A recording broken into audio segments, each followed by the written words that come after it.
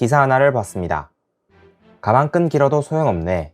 놀고 있는 석박사 더 늘었다. 코로나 장기화 및 경기 침체로 인한 좁아진 채용문으로 인해 취업 대신 대학원 진학을 선택하는 대학생들이 늘어나면서 고용시장 학력 인플레 현상이 심화되고 있다는 기사입니다. 기사 내의 문장을 조금 살펴보게 되면 취업을 준비하고 있는 대학원 졸업생들 중 무려 50%가 원하는 조건의 일자리가 없어서 취업을 못하고 있는 실정이라고 합니다. 저 또한 취업 고민을 나름대로 굉장히 많이 했었고, 사실 나이를 32살이나 먹은 지금까지도 계속해서 제 진로 고민을 하고 있는데요. 이번 영상에서는 대학원 진학과 취업을 고민하시는 분들에게 완전한 해답을 드리지는 못하겠지만, 제가 이때까지 살아오면서 조금이나마 진로에 대한 고민을 덜어낼 수 있었던 저만의 방법을 한번 조심스레 공유 드리고자 합니다. 필요한 분들에게 도움이 될 수 있기를 바라면서 영상 시작해 보겠습니다. 정말 요즘 날이 갈수록 심해지는 취업난은 상상을 초월하는 것 같습니다. 대학원 진로 및 취업 관련 상담 메일을 받아보게 되면 수많은 학생분들이 진로 고민을 정말 많이 하시는 것을 피부로 느낄 수 있습니다. 정말 안타까운 상황이 아닐 수 없죠. 그런데 한편으로는 또 다른 안타까움도 있습니다. 왜냐하면 학생분들이 저에게 물어보는 질문 중 상당수가 다음과 같기 때문입니다. 꾸기님, 저는 취업하는데 크게 바라는 것이 없습니다. 수도권이면 더 좋겠지만 최소한 광역시급에서 나쁘지 않은 워라밸과 안정성을 챙길 수 있으면서 공장 근무가 아닌 오피스 근무를 하면서 많은 연봉은 바라지도 않고 적당히 평균 이상 정도의 연봉을 주는 직장이라면 충분히 만족하는데요. 이런 제가 대학원을 가는 것이 유리할까요? 아니면 공무원이나 공기업 준비를 하는 것이 유리할까요? 처음에 이런 질문을 받았을 때는 당연히 이런 질문을 하실 수도 있겠다고 생각했었지만, 제가 조금 놀랐던 점은 이와 비슷한 문의 메일을 주시는 분들이 한두 명이 아니었다는 것과 상담 메일 10건 중 7, 8건은 이와 거의 유사한 질문이라는 것이었습니다. 수많은 취준생분들이 이렇게 말씀하십니다. 솔직히 나는 이 정도까지 양보 가능해. 네, 사실 이렇게 생각을 하시는 분들이 별로 없다면 다행일 텐데, 문제는 대부분의 취준생분들 생각이 비슷하다는 것입니다. 우리가 알아야 할 점은 대부분의 취준생분들이 똑같은 교육 시스템 내에서 더 열심히 공부하고 되도록이면 더 좋은 대학교에 가서 학점 관리, 스펙 관리, 커리어 관리 잘해서 더 연봉 높고 안정적인 직장을 가져야 한다고 교육을 받는다는 것입니다. 그런데 문제가 있죠. 모두가 바라는 워라밸 좋고 안정적이고 연봉도 평균 이상이면서 오피스 근무를 할 수 있으면서 수도권에 위치한 직장의 개수는 한정되어 있습니다. 그래서 많은 분들이 스펙 괴물이 즐비한 이 취업난 속에서 대기업이나 공기업과 같이 안정적인 기업에 취업하려면 어떻게 준비해야 할지 물어보십니다. 사실 이 질문에 대한 답은 저를 포함해서 대부분의 사람들이 이미 알고 있습니다. 우리 모두가 고퀄리티의 직장을 바라고 있는 현실 속에서 한정되어 있는 고퀄리티 일자리를 차지하려면 더 열심히 책상 앞에 앉아서 엉덩이 붙이고 합격 커트라인 내에 들어올 수 있도록 내 옆 사람보다 1시간이라도 더 공부하는 것 외에는 뾰족한 해답이 없습니다.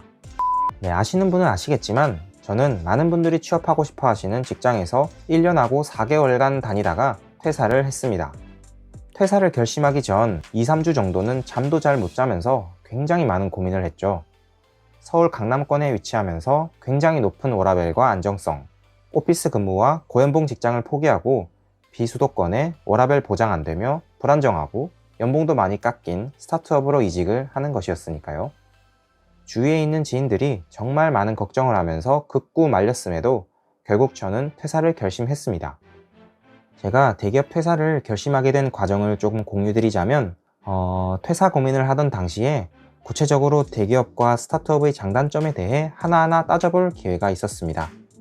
저는 이 기회를 통해 제 자신이 어떤 가치를 가장 중요하게 생각하고 있는지에 대해 이전에는 하지 못했던 수많은 생각들을 해볼 수 있었는데요. 이때 부모님과 친구를 포함한 다른 사람들의 생각이나 시선은 일체 신경 쓰지 않았고 오로지 저라는 사람이 무엇을 원하는지에 대해서만 집중했습니다. 제가 중요시하는 것들에 대한 생각 정리가 어느 정도 되고 난 이후에는 직장을 고를 때 제가 어떤 부분을 선호하고 있고 어떤 부분은 양보할 수 있는지에 대해 조금은 더 과감한 결정을 내릴 수 있게 되더라고요. 그때 저는 가장 먼저 직장에 대한 평가 항목들을 만들었습니다. 생각나는 대로 쓰다 보니까 처음에 나온 평가 항목들에는 직장의 위치, 워라밸, 안정성, 연봉이 있었습니다. 직장의 위치는 수도권이나 광역시에 위치한다면 좋은 것이고, 워라밸은 근무 강도가 적당해서 출퇴근 시간이나 여가 시간이 충분히 보장된다면 좋은 것이며, 안정성은 해당 직장에 오래 다닐 수 있다면 좋은 것이고, 연봉은 말 그대로 연봉으로서 많으면 많을수록 좋은 것이라 생각했습니다. 근데 깊게 생각할 필요도 없이 이 모든 평가 항목들에서 대기업이 제가 옮기고자 하는 스타트업과 비교해서 우위를 차지하고 있었죠. 따라서 당연히 저는 이직을 하면 안 된다는 결론이 나와야 했습니다. 그런데 조금 이상하더라고요. 사실 저에게 있어서 이 4개의 항목들은 직장을 고르는 데 있어서 최우선적인 고려 대상이 아니었거든요. 사람마다 생각이 다르겠지만 저는 젊을 때 정말 많이 고생하더라도 빠르게 벌어서 이르면 35, 늦더라도 40이 되기 전까지는 직장 생활에서 탈출하겠다는 생각을 가지고 있었습니다. 물론 지금도 마찬가지고요. 따라서 직장의 위치는 광역시 정도만 되어도 충분하다 생각했고, 워라밸의 경우는 내가 일한 만큼 보상만 잘 돌아올 수 있다면 근무 강도는 높아도 전혀 상관없다고 생각했으며, 안정성의 경우 직장에 오래 다닐 생각이 전혀 없는 저에게는 아예 필요조차 없는 항목이었고, 연봉의 경우 당연히 많으면 많을수록 좋겠지만 연봉이 낮다면 스톡옵션과 같은 지분 보상이 주어짐으로써 이를 상쇄할 수 있다면 괜찮다는 생각을 가지고 있었습니다. 이런 방식으로 저만의 기준을 가지고 하나하나 따져보니 사실 연봉 외에는 그다지 중요하지 않은 것들이라 생각이 들었고, 그때부터는 제가 무엇을 우선적으로 고려하고 있는지 생각해보기 시작했습니다. 몇 주간 잠을 뒤척이면서 고민을 해본 결과 자기개발과 합리적인 보상이라는 평가 항목들을 찾을 수 있었는데요. 자기개발의 경우에는 직장에 다니면서 다방면의 영역에서 내 능력을 끊임없이 개발하고 넓혀나갈 수 있는지에 대한 항목이었고, 합리적인 보상의 경우 열심히 일한 만큼 보상이 공정하고 합당하게 저에게 돌아오는지에 대한 문제입니다. 이 2가지 항목들을 모두 따져본 결과 제가 다니고 있었던 직장은 제 기준에는 낮은 평가를 받을 수밖에 없었고, 제 전자책에서 이에 대해 굉장히 상세하게 말씀드리고 있기에 여기서는 간단히 요약만 드리자면, 자기개발과 관련해서는 대기업과 공기업 같은 곳은 처음에 들어가기가 힘들어서 그렇지 한번 들어가기만 하면 끝이라고 대부분의 사람들이 생각하기 때문입니다. 따라서 대기업이나 공기업에 다니다 보면 의지력이 웬만하게 강한 사람이 아닌 이상 웬만해서는 자기개발과 점차 거리가 먼 삶을 살아가게 될 가능성이 굉장히 높습니다. 좋은 곳에 취업도 했겠다. 어차피 적당히 편하게 일해도 먹고 살 만큼 이상의 돈이 나오는데 굳이 또 열심히 자기개발하면서 힘들게 살 필요성이 조금 떨어지겠죠. 그리고 합리적인 보상과 관련해서는 나는 정말 피똥 싸면서 열심히 일하고 있는데 내 옆자리 동료는 대충대충 쉬엄쉬엄 일하고 있는데도 불구하고 받게 되는 보상이 똑같다면 과연 어떻게 될까요? 열심히 일할 동력이 사라지겠죠. 사실 모든 기업에서 이런 문제가 있기는 한데 대기업이나 공기업과 같이 큰 기업일수록 개인의 노력은 인정해주지 않으면서 모든 직원이 똑같이 성과를 나눠 먹을 가능성이 더 높습니다. 이렇게 제가 중요하게 생각하는 것들과 중요하게 생각하지 않는 것들을 철저하게 구분하고 나니 저의 진로에 대해 비교적 확실히 결정할 수 있게 되었고, 그렇게 저는 대기업을 퇴사해서 스타트업으로 향하게 되었죠. 네, 아시다시피 대부분의 취업을 준비하시는 분들의 생각은 모두 비슷합니다. 모두가 비슷한 교육 시스템 내에서 비슷한 교육을 받아왔기 때문에 더 연봉 높고 안정적인 직업을 가지는 것이 좋은 것이라 생각합니다. 그래서 수도권에 위치하면서 안정적이고 연봉이 높으면서 워라밸도 좋은 직장의 인기는 하늘을 찌르고 있죠. 그런데 곰곰이 생각해보면 이 평가 항목들은 사회가 정해놓은 것들에 불과합니다. 사람 개개인마다 살아온 환경이 다르고 중요시하는 것이 다르며 잘하고 못하는 것들이 모두 다를 수밖에 없는데 모두가 똑같은 평가 항목을 가질 필요는 없다고 생각합니다. 어떤 사람은 이렇게 생각할 수도 있겠죠. 나는 전부 다 필요 없고 정년보장에 안정성만 있으면 돼. 그럼 이분은 다른 고민을 할 필요도 없이 공무원, 공기업 준비를 하셔야겠죠? 또 다른 사람은 이렇게 생각할 수도 있습니다. 나는 전부 다 필요 없고 무조건 서울 판교 쪽에만 취업하면 돼. 그럼 이분은 서울이나 판교에 위치한 기업들의 특성을 잘 파악하셔야겠죠. 아무래도 이런 경우에는 사기업 R&D 연구소 쪽 취업이 유리할 수 있으니 대학원 석박사 진학을 고민하셔야겠습니다. 또 다른 사람은 나는 전부 다 필요 없고 연봉만 높으면 된다고 생각할 수도 있습니다. 그럼 이분은 의사, 회계사, 변호사, 세무사 등 전문직 자격증을 따는 것을 고민하셔야겠죠. 또 다른 사람은 저와 비슷하게 빨리 벌어서 조기 은퇴를 생각할 수도 있습니다. 그럼 이분은 지금 당장 창업을 준비하시거나 석박사 학위로 몸값을 올린 이후에 스타트업으로 갈 고민을 하실 수도 있습니다. 또 다른 사람은 수도권, 워라밸, 안정성, 연봉, 이 모든 것들이 다 중요해서 어느 하나도 포기할 수 없을 수도 있습니다. 그럼 이분은 서울대 카이스트 포항공대에서 학위를 받으시는 편이 아무래도 유리할 겁니다.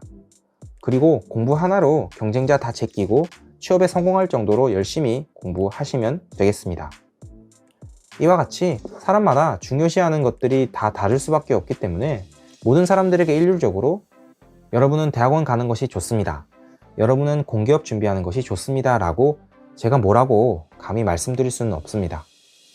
따라서 여러분이 중요시하는 것과 중요시하지 않는 것들을 정확하게 판단하신 이후에 확실한 목표를 잡으시고 나서 그것만 목표로 하여 달리시는 것을 저는 추천드립니다. 오로지 그 목표에만 집중해야 합니다. 편한 길, 쉬운 길은 이 세상에 존재하지 않습니다. 편한 길이 있다고 말하는 사람들은 사기꾼일 가능성이 높으며 많은 사람들이 원하는 고퀄리티 직장에 들어가기 위해서는 그만큼의 노력이 반드시 필요합니다.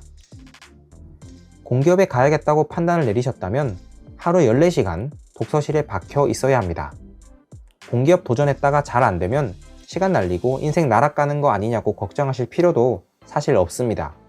그것은 공기업 준비하는 모든 사람들에게 똑같이 주어지는 걱정이니까요. 알고 보면 굉장히 공정한 게임일 뿐입니다.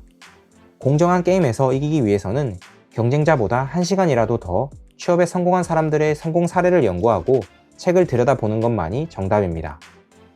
만약 서울 판교권에 대기업 R&D 연구소에 들어가겠다는 목표가 생기셨다면 졸업생들이 그곳으로 잘 취업하고 있는 대학원 연구실을 찾아보셔야겠죠. 아마도 국내에서는 서울대, 카이스트 포항공대 박사 졸업장을 따는 것이 서울 판교권 취업 가능성이 가장 높을 것입니다.